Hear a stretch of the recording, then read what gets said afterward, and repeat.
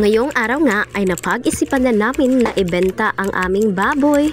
Hello everyone! Welcome back to my Mena Vlog Reels. Another day, another panalangin. So for today's video sa kilabs, kay ato na gits lang ibaligya sa kilabs. Kay kapoy na kaayo ang bantay. Huy! I'm not get tired carrying sa among baboy. So, karon sila sa kilabs, nakita ninyo nga bugat man day kay ni mga baboyan ni sa kilabs. Ay akala ko talaga na gaan ra gyud ni sila sa kilabs. That is why na pure feeds ni namo sila og isa ka sako or duha ka sako sa kilabs kay gamay lagi.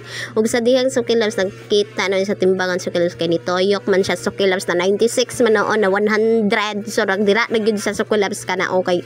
Abi na gamay kay pero na 83 na siya sa kilabs. So nakita ninyo mo na si malnourished sa kilabs ang mga mong gamay nga baboy na iwit na siya sa kilabs kay malnourished man siya na iwit na kog inject sa kilabs.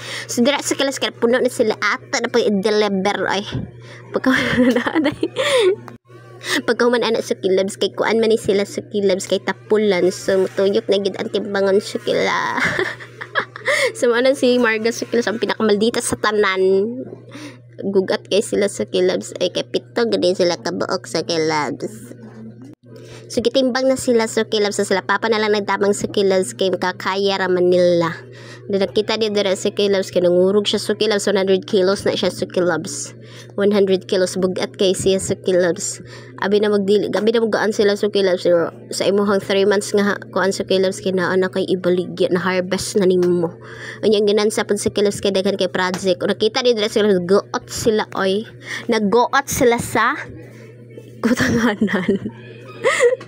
Pagkaman anan sa kilabs ay mauna siya ang bugat pud sa kilabs. 100 kilos pa siya sa kilabs. Mauna ang pinasipa-sipaon ta na siya sa kilabs good ay pero ang pagsipa na ko sa kilabs kay naaman pud sa target. Mapud ako kusgon.